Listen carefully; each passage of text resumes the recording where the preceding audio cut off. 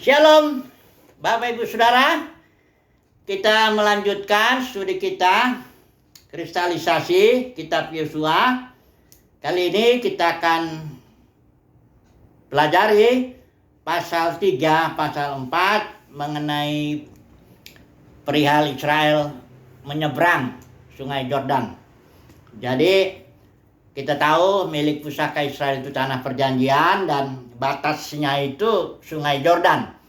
Yang sebelah barat itulah dia tanah perjanjian yang Tuhan berikan. Tapi kita tahu 2,5 suku Ruben, Gad dan setengah suku Manasye sudah memilih sendiri bagian timurnya ke sebelah sana.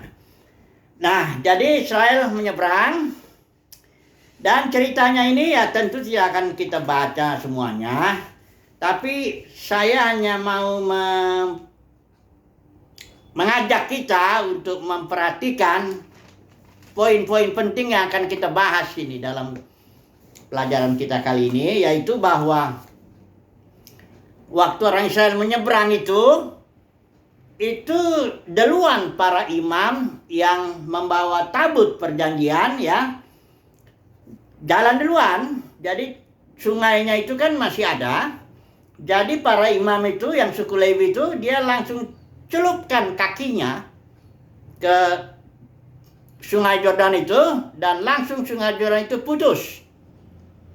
Yang di hulu di sana putus jauh sekali, yang ini terbuang tentunya sehingga ini menjadi dataran yang kering ya.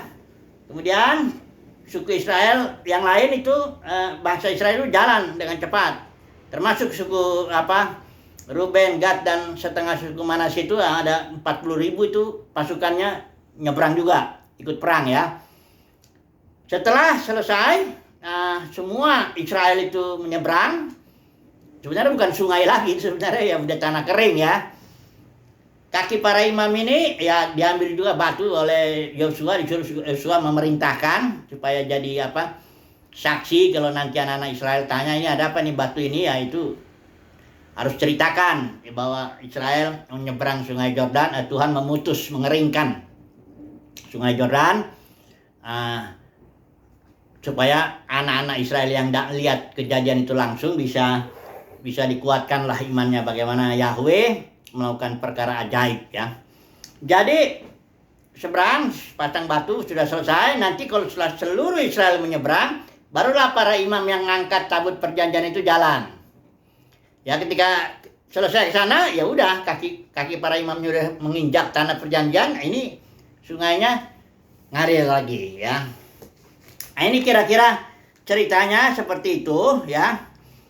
Dan yang utama kita harus pahami di sini yang saya mau mengajak saudara untuk merenungkan bahwa menyeberang itu duluan ada forerunnernya, ada yang berjalan dulu yaitu para imam yang memang suku Lewi itu dengan membawa tabut, dia jalan duluan ya.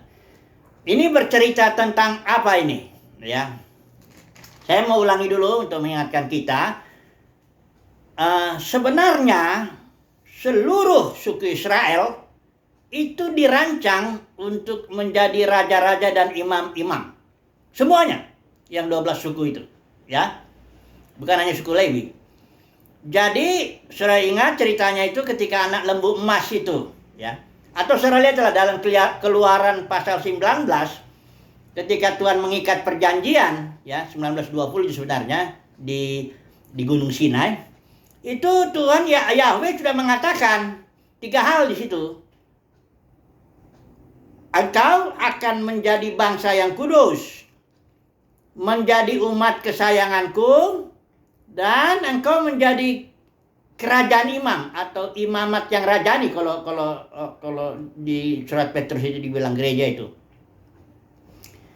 Jadi kita tahu sebenarnya rencana Yahweh semula itu mengikat perjanjian dengan bangsa Israel yang diperantarai Musa itu sebenarnya Israel akan menjadi raja-raja dan imam-imam ya untuk membawa bangsa-bangsa lain kepada Yahweh dan membawa Yahweh kepada bangsa-bangsa lain. Israel ini dirancang rencana semula itu untuk menjadi berkat bagi bangsa-bangsa lain. ada sebagai imam, sebagai raja, artinya Israel jadi kepala, yang lain-lain itu ekor.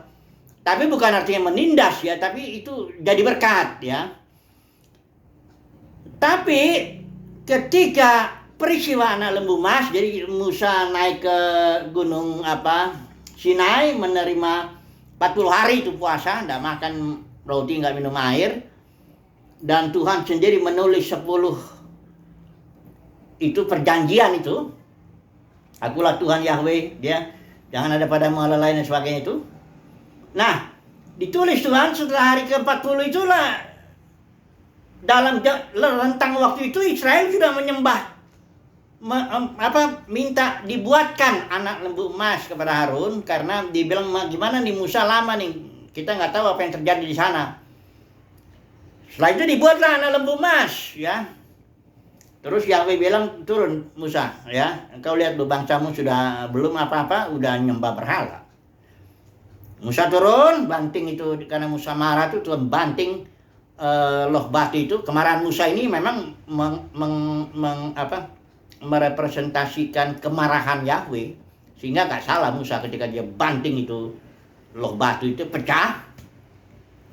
Dan Musa bilang begini, dia berada di pinggir perkemahan itu, dia bilang begini, siapa yang berpihak kepada Tuhan?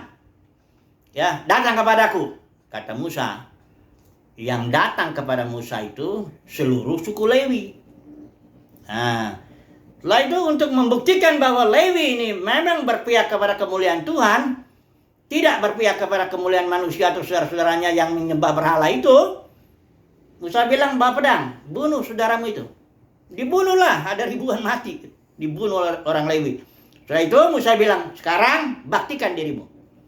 Engkau dipilih Tuhan semata-mata untuk melayani Tuhan, untuk membela kemuliaan Tuhan. Nah, seperti itu. Tapi kita harus paham, bukan karena Lewi itu berpihak kepada kemuliaan Tuhan maka Tuhan pilih. Ingat ya, inisiatif selalu dimulai dari Tuhan. Saudara dan saya bisa percaya dipanggil karena Tuhan sudah memberikan iman kepada kita. Saudara dan saya nanti dipilih juga bukan karena kita ini lebih baik dari yang lain. Semata-mata inisiatif dari Tuhan, semata-mata kedaulatan Tuhan, semata-mata kehendak Tuhan. Ya, karena para pemenang ini nanti semua bicara ini, yang dipanggil, dipilih, dan yang setia.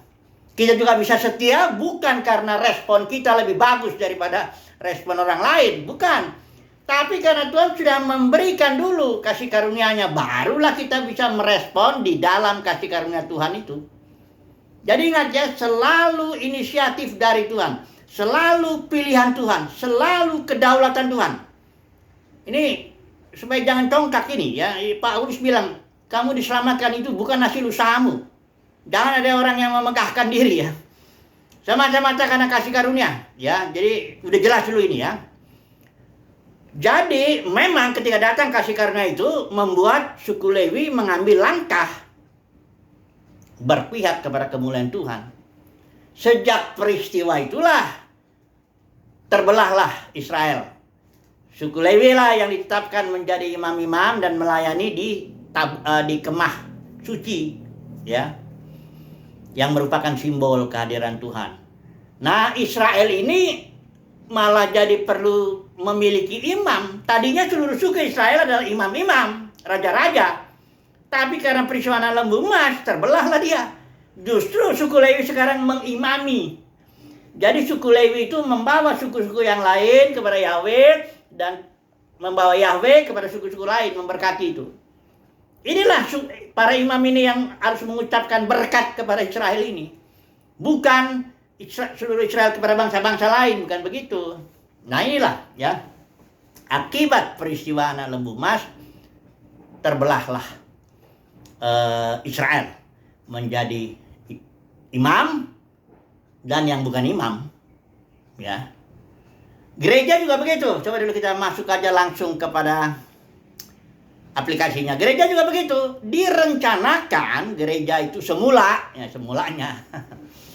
semuanya imam-imam, semuanya raja-raja ya. supaya gereja jadi berkat bagi dunia, supaya gereja itu begini. Supaya gereja membawa dunia kepada El Elyon, karena itu perjanjiannya kan perjanjian baru itu yang diperantara Yesus itu antara El Elyon dengan umat pilihannya gereja. Jadi gereja bawa dunia ini kepada El Elyon, kepada the Most High God itu, ya. Kemudian membawa El Elyon juga kepada dunia, sehingga ya dunia diberkati oleh gereja. Kira-kira begitu. Gereja berfungsi sebagai imam. Gereja berfungsi sebagai raja-raja.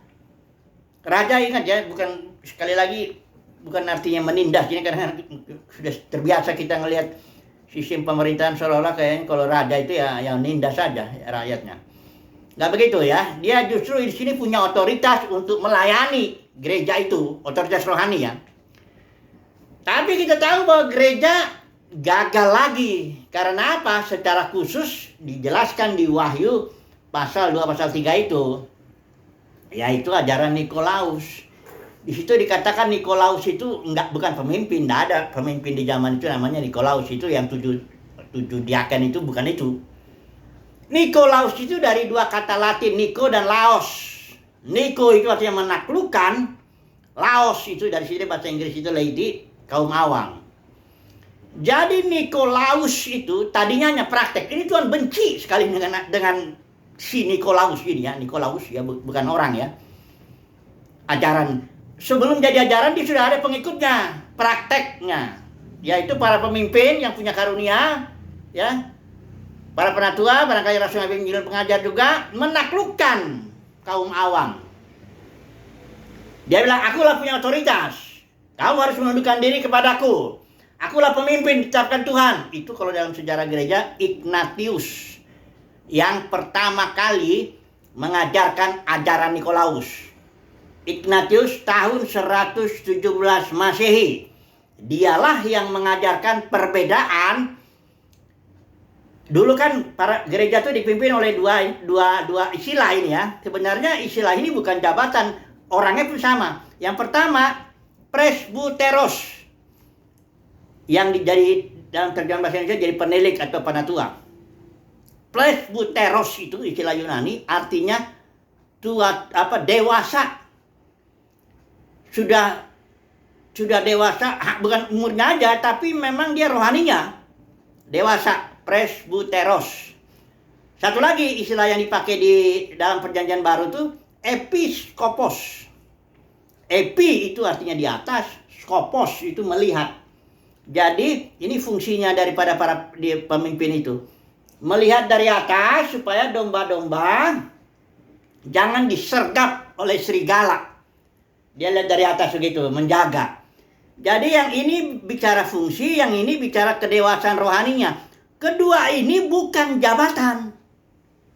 Bukan jabatan dalam arti struktural itu yang sekarang itu organisasi begitu yang punya otoritas manusia, bukan begitu. Awalnya itu datangnya dari mana? Itulah diajar Ignatius.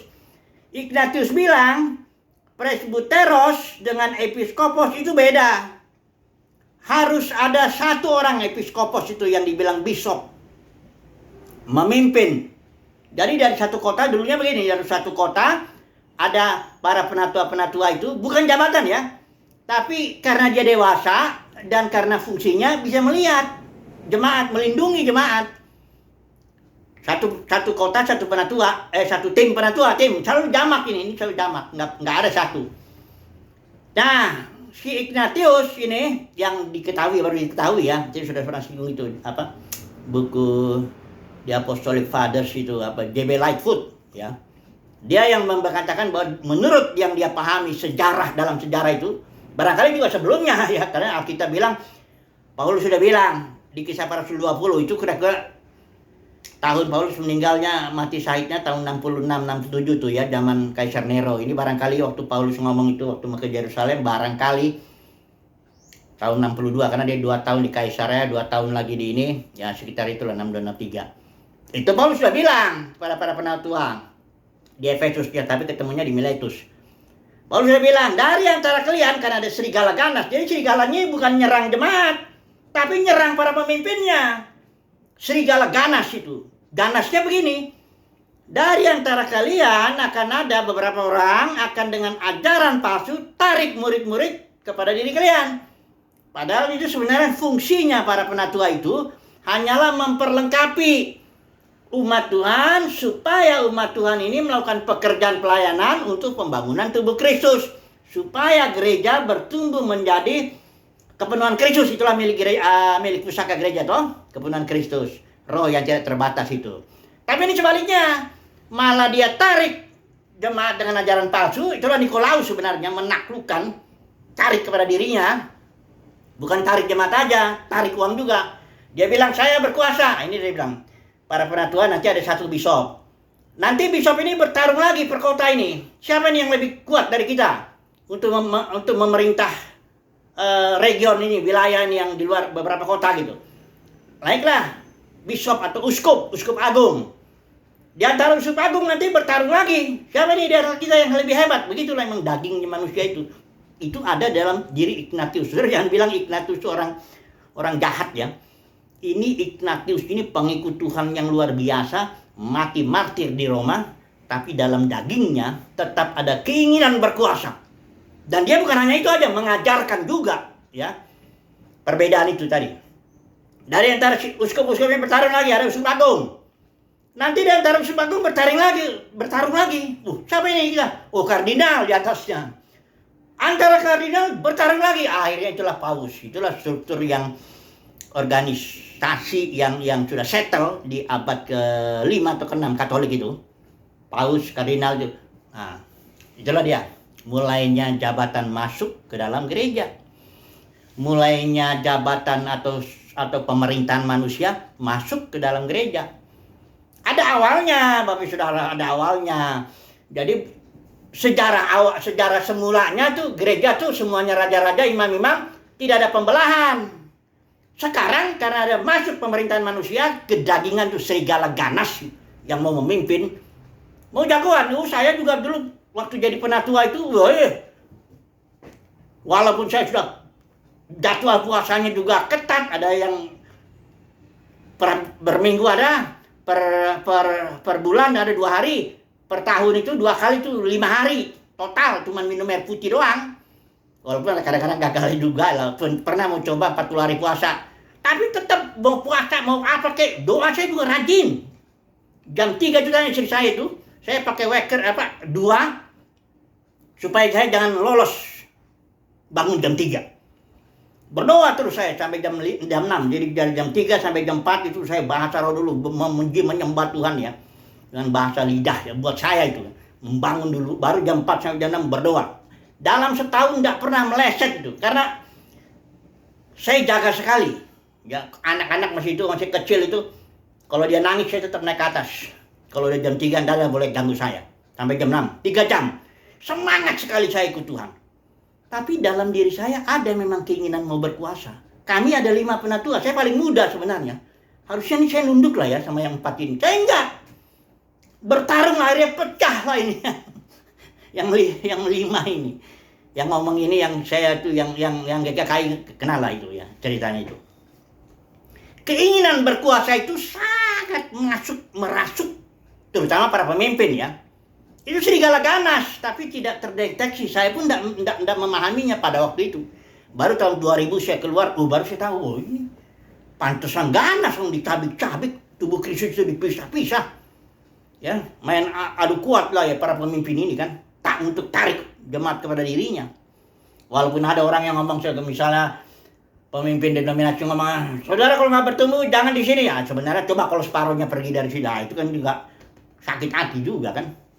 Kenapa kau curi dombaku? Itu kan padahal dia sendiri mencuri dari Yesus, dia curi domba itu kepada dirinya. Ini serigala ganas. Inilah masuknya hierarki pembelahan jemaat. Terbelahlah jemaat. Kalau orang Katolik bilangnya imam, ini umat. Kalau orang Protestan bilangnya inilah penatua lah atau pendeta atau apalah itu dibilang full timer atau apapun namanya itu ya. Yang di bawahnya ini jemaat. Nanti jemaatlah suruh kerja, cari duit. Yang ininya kita full time melayani, katanya suku Lewi dari mana? Israel bukan, apa-apa itu, gak ngerti sejarahnya itu ya. Kenapa suku Lewi aja? Tapi dia ngaku, saya ini kan suku Lewi full timer ya, saya berhak dong. Kau yang kerja, sini perpuluhannya. Udahlah parah ini sudah ya, parah itu. Itu hanya dipanggil Tuhan aja itu para pemimpin yang model begitu, nggak dipilih untuk menjadi pemenang dah. Karena dia nggak tahu bahwa dia dirasuk oleh serigala ganas yang membelah tubuh Kristus menjadi kelompok imam atau kelompok umat, kelompok pendeta atau kelompok jemaat. Ya, inilah dia sejarahnya. Akhirnya Nikolaus ya, ini sejarah Israel itu. Kenapa Israel kok waktu nyebrang Sungai Yordan kok harus dipimpin para imam yang memang suku Lewi? Jadi saudara jangan pikir memang itu kehendak Tuhan semula, bukan. Kehendak Tuhan semula Israel tuh ya semuanya imam, semua Lewi ya nyebrang aja. Semuanya imam Lewi kok. Semuanya raja-raja dan imam-imam. Sama seperti surat Petrus bilang, gereja itu enggak usah ada pemimpin-pemimpin. Makanya Yesus bilang, jangan seorang pun di antara kalian sebut pemimpin, dalam arti engkau punya jabatan menaklukkan kaum awam. Dalam arti itu ya, bukan gak ada rasul, nabi, penginjil, gembala, pengajar. Yesus yang memberikan rasul, nabi, penginjil, gembala, pengajar. Tapi dengan maksud memperlengkapi saja, seperti fungsi penatua itu. Dewasa, fungsinya melihat dari atas. Itu hanya fungsi yang begitu, bukan jabatan-jabatan yang kayak yang ada sekarang. Yang ketua sinode lah, yang ngebalas sidang lah, macam-macam lah. Itu serigala ganas ya awalnya ya, kalau tahu ya. Tapi hanya saya berbicara ini kepada umat pilihan Tuhan lah, yang di dalamnya ada di dalam batinnya ada pengurapan. Yang itu yang bisa ngerti kok. Kalau yang hanya dipanggil saja, hanya lahir baru, penuh Roh Kudus, dipanggil, tapi nggak dipilih, itu nggak bisa ngerti. Malah mereka melawan. Karena Nikolaus sudah menjadi ajaran, bukan hanya praktek. Tadinya praktek, pengikut Nikolaus. Tapi sudah berkembang, akhirnya menjadi ajaran. Sekarang udah diajarkan, sudah resmi. Makanya gereja di denominasi itu dibilang gereja. Kenapa? Sudah resmi ajaran Nikolaus itu. Narik jemaat kepada dirinya, narik perpuluhan kepada dirinya, itu udah resmi. Jadi nggak bakalan nggak ada sampai kedatangan Tuhan. Barulah nanti kedatangan Tuhan. Itulah Wahyu 17:18. Disitulah Tuhan terus terang menghakimi. Karena kita semua akan menghakimi, maju. Penghakiman itu mulai dari para pemimpin. Saya yakin para pemimpin dulu. Bukan jemaat dulu, para pemimpin ini. Yang ngajar-ngajar Nikolaus itu juga. Hati-hati ya. Tapi enggak lah, apa-apa lah. Kalau memang dia hanya dipanggil, nggak bisa dibilang apa. Karena itu makanya kadang-kadang satu sisi saya bilang gini. Saya nggak pernah loh menghakimi orang dalam arti begini. Semuanya kasih karunia kok. Kalau dia cuma dipanggil kayak saya dulu. Dari tahun 90 sampai tahun 2000 itu saya sebagai penatua, saya mencoba menaklukkan orang. Saya mencoba orang itu, pokoknya saya kontrol lah kamu ya. Walaupun saya nggak tahu bahwa itulah roh Nikolaus itu. Mencoba, bahkan memanfaatkan. Nah, jadi, saya juga nggak tahu. Tapi puji Tuhan ternyata saya dipilih. Ya, untuk melepas semuanya. Jadi orang yang dipilih itu sebenarnya orang-orang yang meninggalkan 3 ajaran sesat ini, 3 ajaran palsu ini. Jezebel itu merampas otoritas juga itu. Nikolaus dan juga Bileam dagang. Ya mesti dagang lah. Kalau nggak dagang, dari mana duitnya? Kan kita pada full time, pada nggak kerja gitu kan. Tapi sekali lagi ya, itu sudah dibenarkan ya. Dalam dunia kekristenan yang sekarang udah pecah 5.000 itu denominasi, itu sudah dibenarkan. Nikolaus, Bileam, dan Jezebel. Karena ini ajaran palsu, artinya ada aslinya. Jadi misalnya Nikolaus, para pemimpin ada, tapi dia memperlengkapi aja, nggak membelah gitu, nggak narik murid kepada dirinya, nggak narik uang kepada dirinya. Petrus, Paulus, Yohanes, semuanya memang nggak ada yang bikin-bikin kayak sekarang para pemimpin denominasi, nggak ada itu, nggak ada contohnya itu. Ya, Jezebel ya ada otoritasnya rohani, itu ya kalau Petrus itu praktekkan ketika Ananias Safira itu. Dia cuma ngomong dipimpin, dia tawanan roh, dia nggak punya otoritas manusiawi, dia cuma ngomong dan otoritas Tuhan bekerja, mati hukumannya itu. Jadi ada aslinya ini Jezebel juga. Maksud saya ajaran Jezebel itu palsu, tapi aslinya ada, namanya juga palsu. Dan itu mirip juga Bileam dagang. Ini dagangnya juga ada aslinya. Aslinya itu bahwa kita sebagai pekerja pantas menerima kalau ada orang mau digerakkan Tuhan ngasih sama uang sama kita. Bukan kita ancam-ancam lagi perpuluhan, ayo Maleakhi 3:10. Jangan mencuri uang Tuhan. Padahal dia sendiri yang mencuri uang jemaat itu. Ya. Aslinya ada Bileam itu. Bileam palsunya ya. Yang aslinya seperti Paulus itu. Kadang-kadang dia menerima uang dari jemaat di Filipi, kadang-kadang dia dapat keramah tamahan barangkali dari beberapa orang itu. Nah, kalau nggak ada yang ngasih ya dia bekerja. Bikin tenda. Ya. Nggak ada itu istilah-istilahnya ngancam-ngancam tekan. Nah, itu kan udah lain lah ya. Jadi ada aslinya ini semua. 3 ajaran yang dibilang palsu itu ada aslinya. Nah, inilah kelihayan lidah ini ya. Para pemimpin denominasi itu ya beberapa, saya sih sering lihat kadang-kadang gede, tapi saya bilang udahlah itu berarti dia lu cuma dipanggil doang, nggak dipilih. Kalau tandanya orang dipilih bukan dia hebat, bukan. Memang dia dipilih Tuhan dan tidak ambil bagian dalam 3 ajaran palsu ini. Yebel bilang Nikolaus, dia akan melepaskan diri, dia menyerahkan hidupnya kepada Tuhan, dia dipimpin Tuhan saja, ya. Tuhan yang pelihara dia, entah kadang-kadang dari kalau Elia itu dari burung gagak, dari janda Sarfat dan atau Paulus bekerja atau apa macam. Pokoknya hidup lah sejak tahun 2000 sampai sekarang nih 22 tahun saya hidup juga tuh, nggak melakukan 3 ajaran ini. Jadi ini baru menyeberang ya.